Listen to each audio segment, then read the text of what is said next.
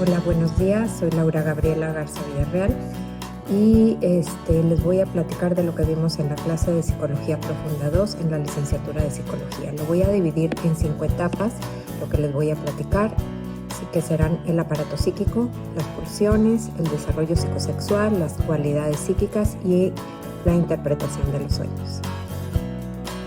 Para comenzar, les quiero platicar que el psicoanálisis es un método de investigación y tratamiento terapéutico de algunas enfermedades mentales a partir de la comprensión del comportamiento, percepción, sentimientos y modos de pensar del paciente. El psicoanalista es la persona profesional, bien sea un psicólogo o un psiquiatra, que practica el psicoanálisis mediante el análisis del inconsciente del paciente a través del método de asociación libre, interpretación de los sueños y actos fallidos. El psicoanálisis se basa en algunos principios fundamentales: el inconsciente, las represiones, los conflictos y las pulsiones. Por tanto, las acciones de nuestra mente, según Freud, son el resultado de un conflicto entre las fuerzas opuestas entre sí, lo que lleva a la represión, es decir, la eliminación de las experiencias dolorosas y vergonzosas por parte de la mente, mediante el establecimiento del inconsciente como una dimensión entre sí. La terapia psicoanalítica está dirigida a la toma de conciencia por parte del sujeto de sus procesos inconscientes, con la consecuente curación del síntoma neurótico que deriva de ellos. La teoría freudiana del psicoanálisis sería su pilar. El método de investigación se basa en la observación y las experiencias vividas por el paciente, y las técnicas terapéuticas, como ya se mencionó, son la interpretación de los sueños, la asociación libre de la palabra hablada y el autoconocimiento. La psique realiza varias operaciones sobre el soma o cuerpo, sobre su sistema nervioso y físico, afectando la conciencia del sujeto. Comenzaremos por hablar del aparato psíquico. Se divide en primera y segunda tópica. La primera tópica es el consciente, preconsciente y el inconsciente. Nuestro consciente es el área de la mente conectada a la realidad interna y externa de nuestros sentimientos, percepciones y acciones. El preconsciente son sentimientos, pensamientos y fantasías que no los tenemos en el consciente, mas podrían aflorar de forma relativamente fácil, venciendo alguna resistencia. Y el inconsciente es todo aquello heredado, pulsional, deseos y fantasías de placer ocultas, más escandalosas por ser agresivas y que nos provocan displacer o sufrimiento si no son atendidas. Podríamos decir que es nuestra parte animal. La segunda tópica es el ello, el yo y el superyo. El ello es nuestra área primitiva y pulsional del placer. Es heredada y totalmente fuera de nuestro control consciente. Nos crea angustia el no satisfacerlo, contiene la libido, se manifiesta a través del yo. El yo es el mediador entre el ello y el mundo exterior. Es nuestro contacto con la realidad y es nuestro principio de autoconservación.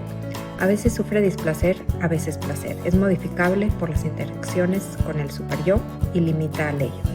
El superyo es el heredero del complejo de Edipo y se instala al resolverlo dicho complejo. Lo adquirimos mediante las exigencias de los padres o cuidadores y las exigencias del mundo exterior. A veces domina al yo e inhibe las pulsiones. Es el ideal del yo, a lo que se aspira, y ayuda a ponerle freno al ello. Un superyo tirano, sumamente exigente, podría causar hasta un suicidio.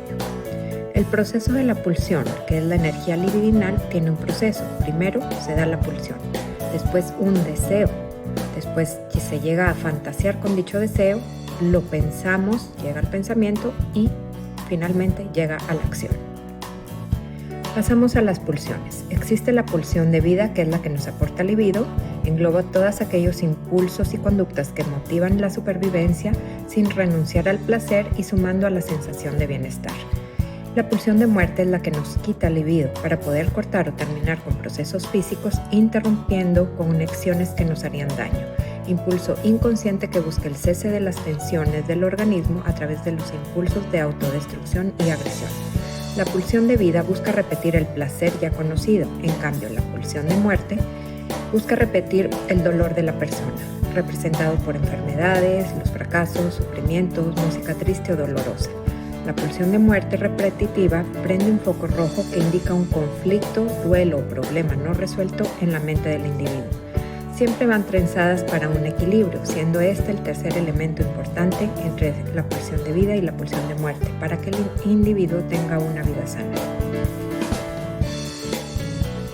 El desarrollo psicosexual es fundamental en la teoría freudiana, ya que sostiene que la sexualidad es una conducta orientada a obtener placer, es el origen de las angustias o enfermedades o trastornos que presenta el individuo. Nos dice que el ser humano es sexual desde el nacimiento, sin referirnos al coito como tal, por lo que se diferencia la sexualidad de la genitalidad, sino que pasa por etapas a lo largo de su vida donde siempre está presente este aspecto de la búsqueda y obtención de placer.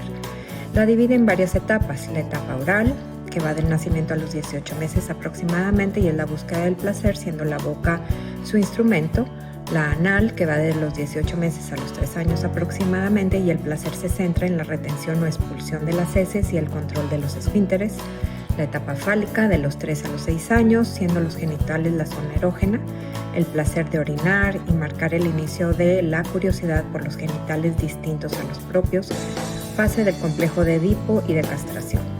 Pasamos a la parte de latencia o amnesia infantil, que va de los 6 a los 12 años más o menos, no tiene una zona erógena localizada, es una etapa de sublimación del niño, más enfocada al estudio, la socialización, los deportes, etc.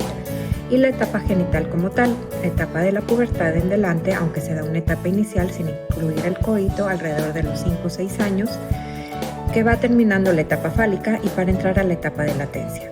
En la adolescencia el deseo sexual se incrementa y es difícil de contener y es acompañado de los cambios físicos naturales propios de la edad.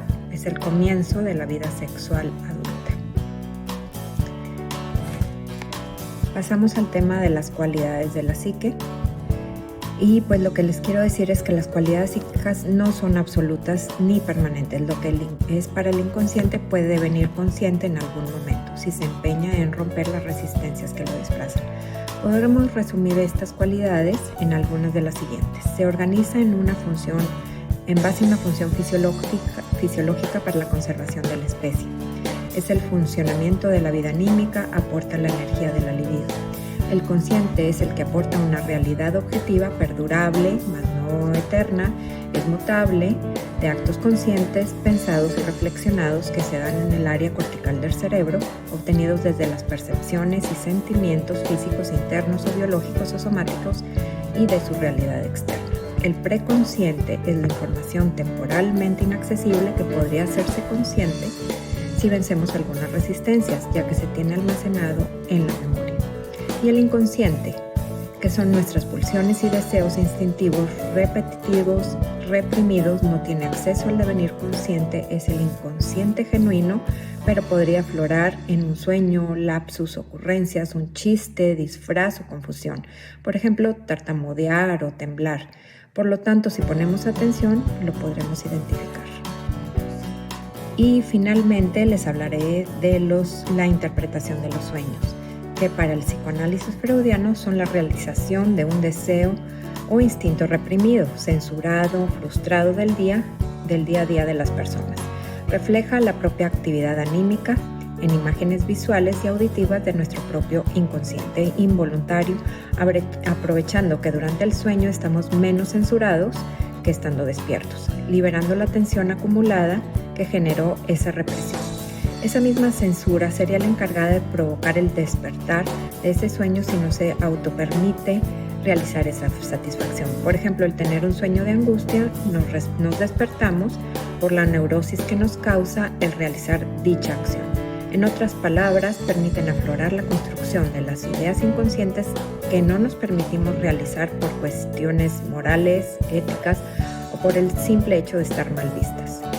Freud nos dice que son la vía regia al inconsciente, que es la forma más fácil de poder acceder a todo este material que tenemos reprimido en las profundidades de la psique, para poder conocer nuestros deseos inconscientes más ocultas y de una manera más segura. El psicoanálisis lo analiza por medio de la asociación libre, el relato de los hechos en palabras del paciente, el material manifiesto, que es lo que claramente recuerda, y el material latente, que se refiere a la simbología de dicho sueño, en sucesos, objetos, personas que aparecen en el sueño. Y hay 6 pasos a seguir en el proceso de la interpretación, que sería la información preliminar, conocer qué pasó en el resto diurno del día del paciente, qué sucedió en su vida, qué pasó antes de acostarse, se refiere a la ambientación del día anterior para conocer un poco de su historia. El relato del sueño es el punto número 2. El paciente nos relata su sueño y debe contar cómo, qué, cuándo ocurrió, si estaba en un ambiente cálido, si era frío, todos los puntos que nos pueda proporcionar. El tercer paso es la fragmentación del sueño, descomponer el sueño por áreas, sin ideas, cosas, personas, situaciones. El cuarto punto es el material asociativo, preguntar al paciente qué se le ocurre, qué asocia a dicho sueño, qué piensa y cómo lo interpreta en su vida. Seguimos con la interpretación parcial, que sería la interpretación del terapeuta, con lo que sabe del paciente, sus deseos frustrados, sus angustias, los eventos que ha vivido, incluyendo símbolos culturales. Y por último, es la interpretación global, que es la interpretación conjunta de toda la información recabada del paciente y del terapeuta para llegar a la verdadera interpretación y encontrar el verdadero móvil de su origen. Finalmente, a modo de conclusión, podemos decir que la terapia del psicoanálisis trata de ser consciente al inconsciente, consiste en aceptar ese inconsciente, intentar descubrirlo, conocerlo, aceptarlo, tratando de hacerlo consciente para que el paciente acepte sus resistencias, sus quejas y poder resolver la angustia o el conflicto que va presentándosele en cada etapa de la vida. Muchas gracias.